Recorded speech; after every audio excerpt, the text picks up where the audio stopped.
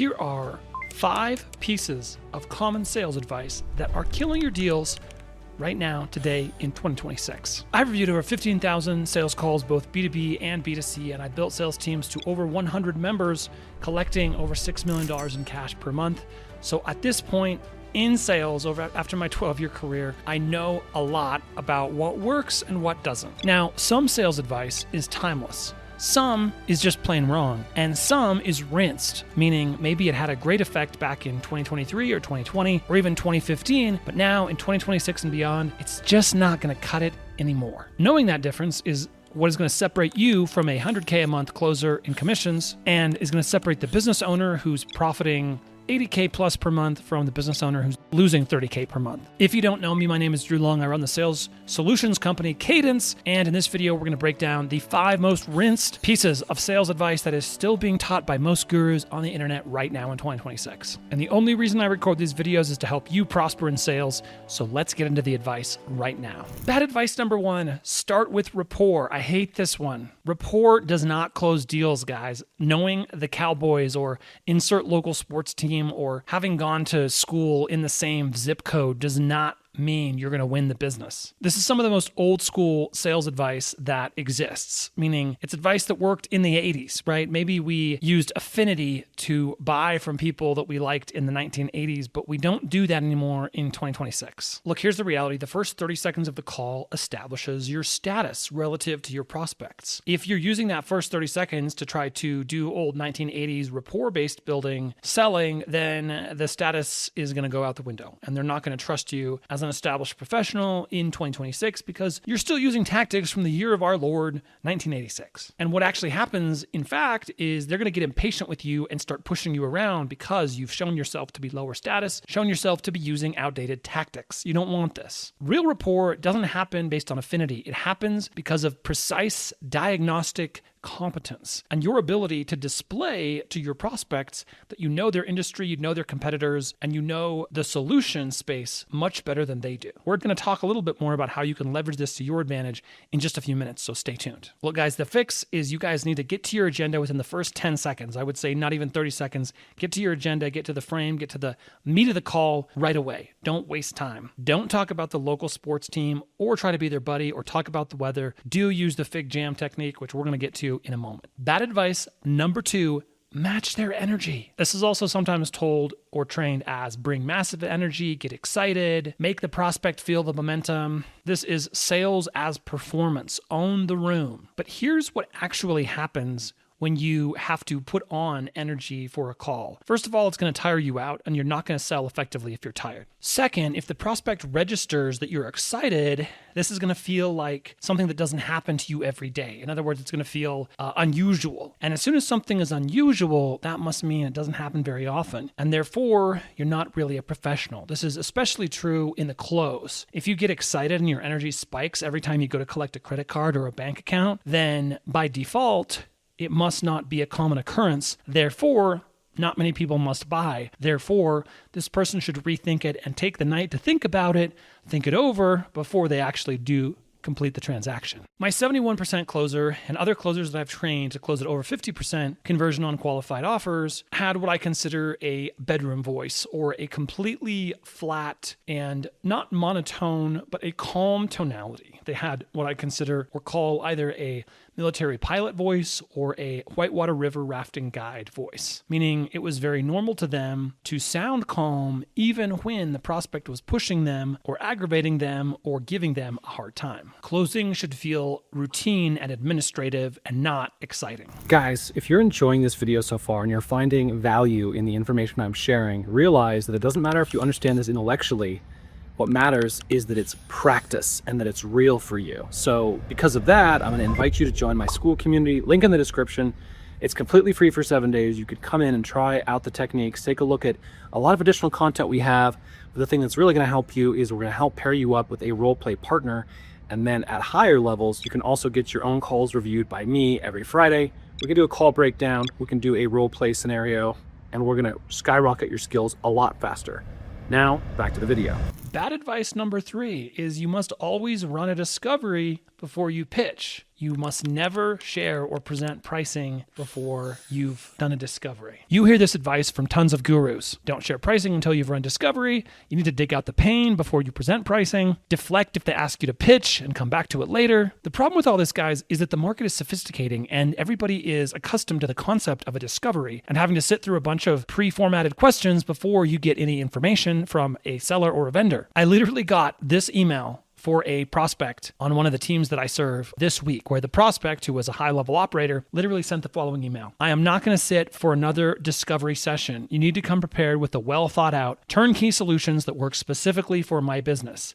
If you're not going to do the research on my business before the call, let's cancel it as my time is valuable. This is going to become increasingly common because real operators, real business owners interview tons of vendors and they're used to sitting through inept discovery sessions. Like imagine the environment on dating apps when a lot of women are used to inept men peppering them with endless biographical questions. It makes them not want to engage with these dry men. The counter move is called the Fig Jam technique. Now, yes, Fig Jam is a product within the Figma suite of software tools, but it's also originally a phrase, an acronym that means I'm good, just ask me. This is an absolute weapon with your real operators, your type A prospects, your multi-million-dollar business owners. You're going to use the Fig Jam technique to great effect to blow the doors off their expectations and impress them with your competency and preparedness before they have a chance to throw a hissy fit. Here's what you're going to do. You're going to do the bare minimum of research before the call. This could be 20 minutes while you're lying in bed the night before. You're going to put that into, ironically, you can put it into the Fig Jam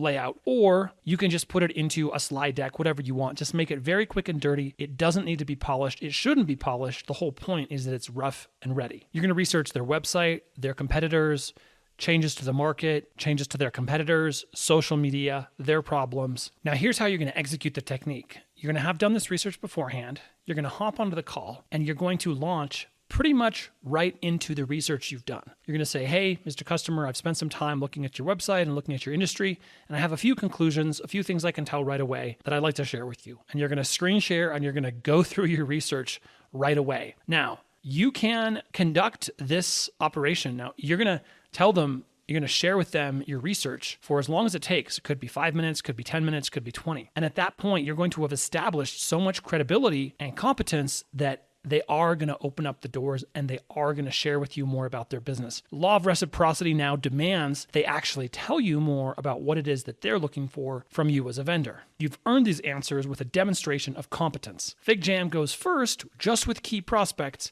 to break through those walls of defensiveness and cynicism. Now, you've also heard this one, number 4.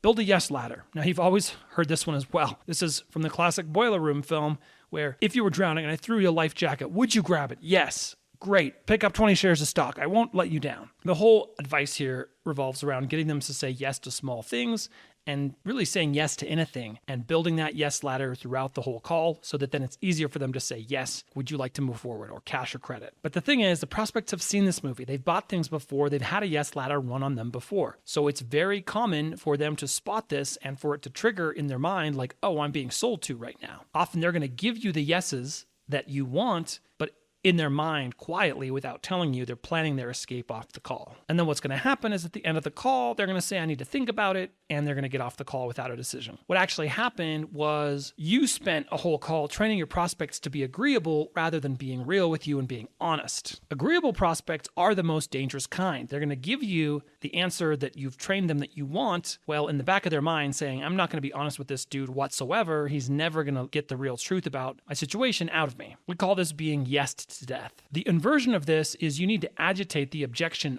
early. So rather than building meaningless yes ladders and always asking them questions such as like, does that make sense? Are you following along with me? And getting them to say yes, yes, yes, yes, yes, yes, yes, and never giving you any real feedback, you're going to ask questions that can't be answered yes or no. And you're going to, in fact, agitate potential objections that you know might be coming. Such as, before I get into details, what are you most concerned about? Or do you see a reason that this would fail for you? Or do you see a way that this would fail for you? Or what are you most concerned about happening in this implementation? Or what are you most afraid of happening here? Or what's the worst case scenario here based on everything I've told you? You need to agitate and bring out those potential objections so you can deal with them before you get to pricing, in fact. Remember, if you bring up the objection on the call, you win. If your prospect brings up the objection on the call, you lose. So always be sure you're the one to bring up the objection on the call, to agitate it, to get it out in the open so that you can resolve it. This is especially true if someone is saying nothing but, Drew, I want to buy it. I'm going to do it. I'm 100% sold. I just need the price so I can give you my credit card information. That is the prospect I'm going to be most wary about, and that I'm going to do the most work to actually get their objections or their concerns out. I'm going to say, all right, of course, John, I understand that you're telling me that you're totally sold on this and you want to go forward, but let me ask you this. Is there any way in which you think this would fail you? What are you concerned about? Can you think of any way that this wouldn't work for you? What are any concerns you can think of? What are any concerns or hesitations or reasons you think this might not work for you? I'm going to pound him until he gives me something. I'm going to make sure he explains why it's not a problem. Whatever he brought up that could be a showstopper is actually not a problem. Here's how he's going to get around it: A, B, C, D, E, F, G,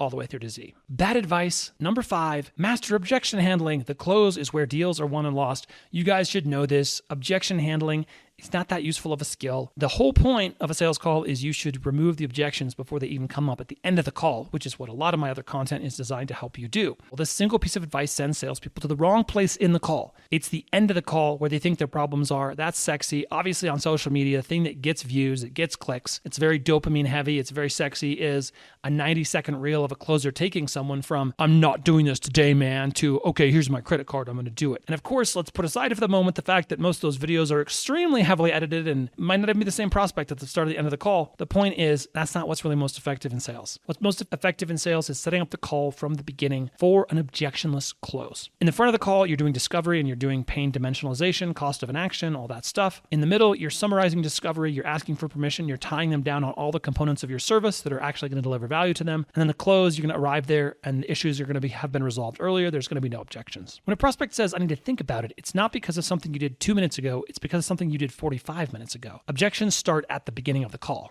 It's because you didn't identify the real problem, you created surface level pain, you didn't uncover any urgency, you didn't uncover other decision makers that killed the deal, you brushed over past trauma, this is a big one, you avoided a lot of it, and you heard them say something where they were about to bare their soul to you and you're like, okay, cool, anyway, moving on. And you completely ignored them and they felt unheard and they're like shutting down. I'm never going to tell this guy anything real. You didn't uncover the real motivation. Why now? Why not later? The prospect never said out loud, yes, this is my problem. Yes, I need to solve it now. And yes, I believe you're the best person to help with it. And then you skipped the summary of discovery. Probably you skipped, after you did a thorough discovery, you skipped saying, okay, Mr. Customer, what I heard you saying is XYZ is a problem. It has been for 3 years. You've tried ABC to solve it. None of that worked. And you believe that our firm can solve it because of ABC reasons. Is that correct, or did I miss anything at all that's important to you? And most of you are not summarizing discovery because your discovery skills are just weak. Your discovery isn't worth summarizing, so you just feel like you have enough, then you move on to pitch. But if you started practicing summarizing your discovery and you realized you were summarizing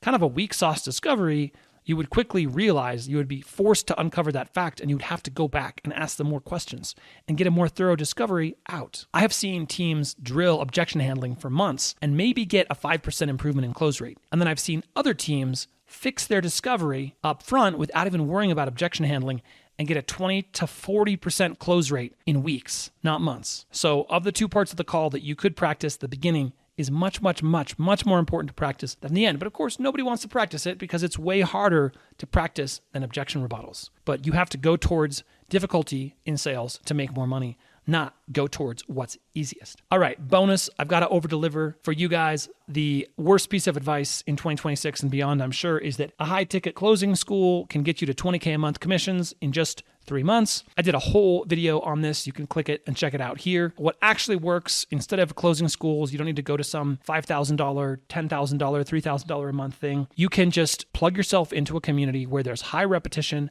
short cycle selling with genuine feedback on 100% of calls. The fastest I ever grew in my sales career was when I was taking 8 to 10 calls, shown calls per day, and getting feedback on, I wasn't even getting feedback on 100% of them, but I was getting feedback on a good portion of them. And I was reviewing a lot of them myself, which enabled me to grow tremendously fast. In just 8 months, I was number 1 on the leaderboard, and I stayed there for another 8 months, holding my first sales team, which I then took the top of the leaderboard, kept that team there for 8 months, and then got the whole department. Long story. Learning velocity, guys, is the only shortcut, which is why if you want learning velocity and feedback on 100% of your calls, you need to check out my school community down below. It's free for 7 days, and it's the best community for learning sales that exists on the internet today. If one of these resonated and you've been brought down by it, go ahead and comment down below which one, and I can do a full teardown with more strategies and tactics on that particular piece of advice. Or if you have another piece of advice that you think is hurting you, go ahead and put that in the comments as well.